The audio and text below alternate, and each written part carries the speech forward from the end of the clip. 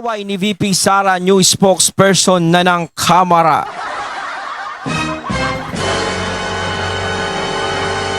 Ayan, syempre itong balitang ating matutunghayan ngayon ay nagmula kay Robin Sweet Showbiz. At ito po ang inyong lingkod na si BT na magbibigay ng reaksyon at komento dito sa video na ating matutunghayan ngayon. At huwag na natin pagtagalin at sabay-sabay na natin panoorin ang laman ng video na hatid sa atin ni Robin Sweet Showbiz at bibigyan natin ng reaksyon ang balitang ito. Pasok! Naalala niyo ba Ayun. ang anak ni Benny Abante na si Attorney Princess Abante? yung kampanya parang yung galit na galit kay BP Sara na dumayo raw dun sa Maynila. Dumayo si BP Sara galit na galit siya. Na minsan ay sinagot at nakasagutan ni Vice President Sara Duterte. Ngayong araw kasi ay itinalaga na ng Kamara de Representantes si Attorney Priscilla Marie Abante upang maging spokesperson nito bilang bahagi ng paglaban sa fake news at magpakalat ng tamang impormasyon sa publiko. Ang Kumbaga parang kahit natalo ang aking ama, nandito naman ako. Kumbaga may magtutuloy ng adhikain. Kasi laban sa fake news, laban sa ni Abante ay nilagdaan ni House Secretary General Reginald Velasco upang mapalakas ang mga hakbang ng Kamara sa ilalim ng pamumuno ni Speaker Ferdinand Martin Romualdez na napakalakas ang transparency daw at makapagbibigay ng tamang impormasyon kaugnay ng mga panukalang batas, investigasyon at direksyon ng mga polisiyang ginagawa ng kapulungan. Pero sa tagal ng panahon, sa tingin ko, ngayon lang talaga magkakaroon ng spokesperson ang Kamara. Diba? Nagkaroon sila ng spokesperson. Ang napapansin ko kasi sa mga nagiging spokesperson, yung talagang bumabanat sa mga Duterte. Hindi, di ba? Kayo pansin yung mga katunay. Alam na si Castro, di ba? Bumabanat sa mga Duterte. Eto, alam natin to. Anak ni Benny Abante. Alam natin to, bumabanat din sa mga Duterte. Kumbaga parang sila yung nagiging panangga, nagiging panghara. Ayun ang spokesperson namin. Diba? Sinabi ng anak ni Benny Abante na ang kanyang trabaho ay ipaglaban ang demokrasya laban sa confusion, distortion, and silence. Aniya, tayo po ay mag-uulat sa bayan ng pawang mga katotohanan lamang. Walang halong fake news, walang labis, walang kulang. Dahil ito po ang ating mandato sa mamamayang Pilipino. Lahat naman tayo talaga nangangarap na ganyan Kung ano yung iulat talaga, dapat yun ang totoo. 'Di ba? Yun naman talaga ang dapat gawin. Nasana nga rin is gawin nyo talaga, 'di ba? Pero ang hirap talaga maging transparent kung totoo. Sana maging transparent kayo diyan. Lalong-lalo na syempre sa spokesperson 'yan. 'Di ba? Si Princess Abante ay nakatatlong termino bilang konsehal ng Maynila, head ng Manila Public Information Office at spokesperson at head of communication ng Office of the Manila City Mayor. Dagdag pa niya, we are entering a time when public trust is no longer given. It must be earned daily through facts and through honesty. That is what this role demands, and that is what I intend to uphold. We are here to inform, not to inflame. Pero kung kailangan pong punahin ang mga mali, kung kailangang itama ang mga kumakalat na fake news para i-discredit ang Kamara o mga miyembro nito, makakaasa po kayo na gagawin namin ito. The public deserves no less than the truth. Pero syempre, may say ang mga DDS dyan. Ang say ni Cruzat Laureto Chu. Si Princess Abante, yung spokesperson ng House. Si Claire Castro, yung spokesperson ng Malacanang. Feeling ko, magiging spokesperson ng Senate ay si Tia Pusit. Ayon pa sa mga netizens, abay tila grabe naman ngayon ang spokesperson ng gobyerno. Ito nga ang Ang daming spokesperson, no? Ang alam lang natin sa spokesperson talaga, yung Malacanang lang dapat ang meron, Ngayon, parang nagkakaroon na ng mga spokesperson, bawat sangay. Person ng Malacanang na si Attorney Claire Castro ay siyang magiging version din nitong tagapagsalita ng Kamara. Kaya nga sinasabi ko kanina pareho silang galit sa mga Duterte. 'Di ba? Ang hirap kasi nung ganun eh, kapag naglalagay sila sa mga posisyon ng ganyan, no, parang nakikita natin, parang may kakatigan to kung tutuusin eh. 'Di ba? Mas maganda talaga kung maglalagay sa mga ganyang klaseng pwesto is yung talagang transparent na tao, yung walang kinakatigan, yung marunong pag-aralan lahat ng mga nangyayari.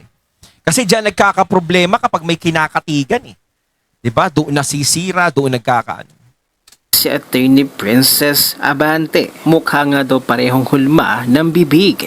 Tila parehong palengkera. Samantala ayon naman kay Mr. Will Talker ay tila kahiya-hiya naman ng ratings ng ating Pangulo. Umabot na Bumaba. ng negative. Samantalang ang dating Pangulo Hula na ah. Duterte abay nakakulong pa at nakadetain. Pero siya pa rin ang pinakamataas ang trust ratings. Narito ang full video, panoorin natin. Nako, umabot na nga sa negative 10% ang trust ratings ni BBM. Net trust ratings of President Bongbong Marcos are now in the negative Boom. days before Bilang Pilipino 2025. Hala? Only 32% of respondents said they have big trust in the president, while 42% 10%? expressed small or no trust. Grabe no, namula no. Parang first grading, second grading, third grading, tapos pagdating ng fourth grading, kung kailan fourth grading, saka bumagsak. Parang, yan ang dapat bawiin ni PBBM. Yan yung sinasabi ko. Na may panahon pa siya para patunayan niya yung sarili niya sa taong bayan at itama kung ano yung mga pagkakamaling ginawa niya kung hindi siya magre-resign. 'Di ba? Kung hindi siya magre-resign, sige, ipagpatuloy mo ang termino mo, no? Pero kailangan ipakita niya sa taong bayan na handa siyang bumawi sa kung ano mang naging pagkukulang niya, yung maling nagawa niya. 'Di ba? Sinasabi ko nga hindi naman siguro magre-react yung mga tao ng ganun kung talagang walang maling nagawa. Kasi isa talaga doon sa maling nagawa talaga is yung pagkakadala kay Tatay Digong sa ICC. 'Di ba? Yun talaga yung mga humataks pababa sa kanila eh. Ang laki ng naging epekto sa kanila noon dito sa administrasyon. Yung pagkakadala kay PRRD.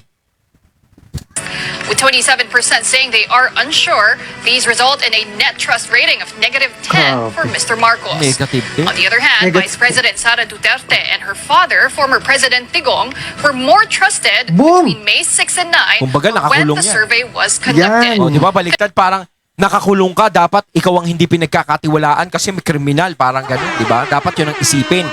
Pero imbis na bumaba, dahil nakakulong si Tatay Digong, dahil parang iisipin na sira yung imahe niya, hindi ganun lang nangyari. Nakakulong siya pero mas lalong bumabango yung imahe niya. Kung patutakbuhin mo to ng presidente, baka manalo pa to si Tatay Digong eh. Di ba? 50% said they have big trust on the VP, while 25% had little or no trust, bringing her rating to positive 25%. Meanwhile, the former president earned the highest trust Boom! rating among the three with a net trust rating of positive 46. Boom! Pulse Asia Yun survey lang. had 1,200 respondents and an error margin of plus Ang minus taas ni 2.8%. PRRD. Hindi na talaga mapipigilan ang pababa ng trust ratings ni BBM. Parang Ikaw naman kasi BBM, mahihirapan. ang daming kapalpakan. Sino ba kasi advisor mo? Sino ba kasi yung nagsusulsul sa'yo? Mali-mali. Yun ang dapat mag-resign eh, yung nagsusulsul sa kanya eh. Diba? Talagang ano kasi ang hirap na talagang kung ikaw makikinig ka sa gilid-gilid mo, no? Dapat talaga ang pinapakinggan mo yung taong bayan eh. Mas lumalapit dapat yung ang loob mo sa taong bayan, hindi yung sa kung sinong nakadikit sa iyo. Hindi pa kasi porket syempre leader ka, hindi mo aalamin kung ano yung nagiging problema ng tao. Mas maganda talaga yung nagkakaroon ka ng attachment sa tao, mas nauunawaan mo. Mas mareresolba mo kung ano yung nagiging problema. 'Di ba? Kasi kung ikaw makikinig ka lang sa mga nasa paligid mo, yung iba kasi diyan gusto lang nakapangyarihan eh. 'Di ba? Gusto lang nila ng ganito, ganyan, ganyan. Hindi halos yung iba, hindi nila iniintindi yung mga nasa baba, yung mga nasa laylayan. Hindi ko nilalahat kaya sinasabi kong yung iba. 'Di ba? Opo. Kaya ang mga tao disappointed sa'yo. Imagine mo, bababa ka sa pwesto na maraming galit sa'yo Yun lang. at maraming disappointed sa'yo. At saka yung sinasabi nga ni Mr. Real Talker, nabababa siya sa pwesto na maraming galit sa kanya. Nako, Lalong-lalo na pag bumaba siya sa pwesto at natapos ang termino niya, malamang ko meron din siyang haharapin. Kung sakasakaling ang manalong presidente ay yung naging kalaban niya. Yun ang mahirap dun. Ginusto mo yan. Penasok mo yan. Diba? Samantalang, ang mga Duterte ay padami ng padami. Relax lang Diba? sa Gedli. Si Mas VP Sara, nagtitiwala ang mga Pilipino sa mga Duterte. Kasi ang dami talagang kasablayan na ginagawa ngayon ang Marcos admin. Kaya nga pag may mga kriminalidad na nangyayari ngayon sa Facebook, nakikita natin sa comment eh. 'Di ba? Talagang gustong-gusto nila ibalik yung Duterte. Kasi alam naman natin yung panahon talaga ng Duterte, ang dami talagang takot, ang daming umiwas talaga, ang daming nagpakatino. Mali talaga ang ginagawa nilang pang-aapi sa mga Duterte, sa totoo lang. Ginipit nyo ng ginipit, inapi nyo ng inapi, di mas nakuha pa nila Yung simpatya. Oo. ng mga tao. Yun lang. It's a very wrong move, sa totoo lang. Hindi kasi nila makitaan ng buta sa mga Duterte para masira eh. Gumawa sila nung ikasisira ng mga Duterte, kaso nga lang hindi pa rin talaga naniniwala yung mga tao. Lahat ginawa na nila eh. Lahat pinagtulong-tulungan na kung ano-ano na binintang sa mga Duterte. Pati pangungurakot binintang na sa mga Duterte. Pero hindi makumbinse yung mga tao dun sa sinasabi sa mga Duterte. 'Di ba? Kaya ang nangyayari, patuloy na sinusuportahan yung mga Duterte at lumalabas talaga na talagang sila talaga yung inapi at talagang hinihila talaga pababa. 'Di ba? Ganun yun eh. Tapos nakakasama na yung resulta nito is nakakasama doon sa mga tao na siyang nagsasalita ng hindi maganda sa mga Duterte. Sa kanila bumabalik yung karma.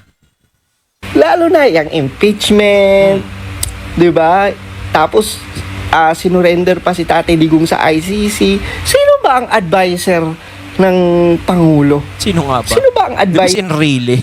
Pero tingin ko naman di naman siguro masasabi ni Enrile o magdedesisyon si Enrile ng gano'n. Di ba? Sino mga katunay? Kayo alam nyo kung sino? Parang ako nga, alam parang naaninagan ko kung sino.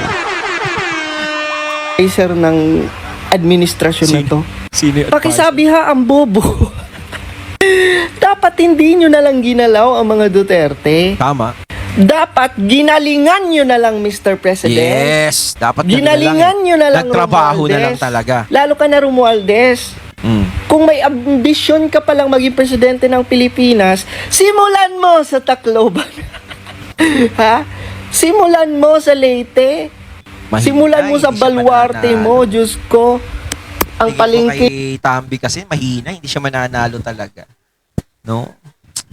nyo doon, ang dumi-dumi. Yan yung mali sa inyo eh. Kung hindi nyo na lang sana ginalaw ang mga Duterte. Oo. Kung nag-perform na lang kayo ng maayos, kung binigyan nyo na lang na magandang proyekto, serbisyo, malalaking proyekto ang Pilipinas, magugustuhan pa siguro kayo ng mga tao. Pero hindi eh. Ang ginawa nyo, nakatutok kayong lahat sa mga Duterte. Kasi parang anong nangyari niyan eh, kaya nila ginalaw yung mga Duterte, simula na lumabas yung survey kay VP Sara, na number 1 siya sa pagiging presidente sa 2028. Parang ang daming nataranta doon. Siyempre sinasabi nga natin dito, marami tayong naririnig na kuro-kuro na, di ba, may mga tatakbo sa side ni PBBM ng presidente sa susunod. Tapos baka mamaya iniisip nga ng iba na, naku, malakas to si Sara Duterte, paano na? O kaya naman yung iba is naramdaman nila kung ano yung batas ni Tatay Digong, parang baka pag nanalo si BP Sara, maulit na naman, di na naman makaporma. Di ba parang ganun eh. Kaya parang nagpanic sila simula nung lumabas yung survey sa presidential nun, na hindi naman dapat kasi nilabas kasi kayo yung mga nagsisurvey eh. Nilabas yung agad yun eh. Di ba? Wala pang 2028, napakalayo pa. Gusto nyong siraan ang mga Duterte. Gusto nyong kunin ang mga supporters ng mga Duterte. Mali! Kasi hindi naman bobo ang mga Pilipino. Yun lang. Bigyan nyo ng mahalagang proyekto, serbisyo, Yes. ang mga Pilipino. Yon, doon kami. Kaya nga mas, 'di ba? Kaya nga mas gusto namin ang mga Duterte kasi wala pa ring nakakapantay sa resulta. 'Di ba? at pamumuno na ginawa ni Tatay Digong. Ayon, at ating natunghayan ng video na nagmula kay Robin Sweet Showbiz at syempre natunghayan natin ang boses na yun ng video na yon na binigyan natin ng reaksyon. Walang iba kundi si Mr. Will Talker. Kayo mga katunay, anong masasabi nyo tungkol dito? Comment lang po kayo sa comment box. So once again, I'm BT and I'm out. Peace.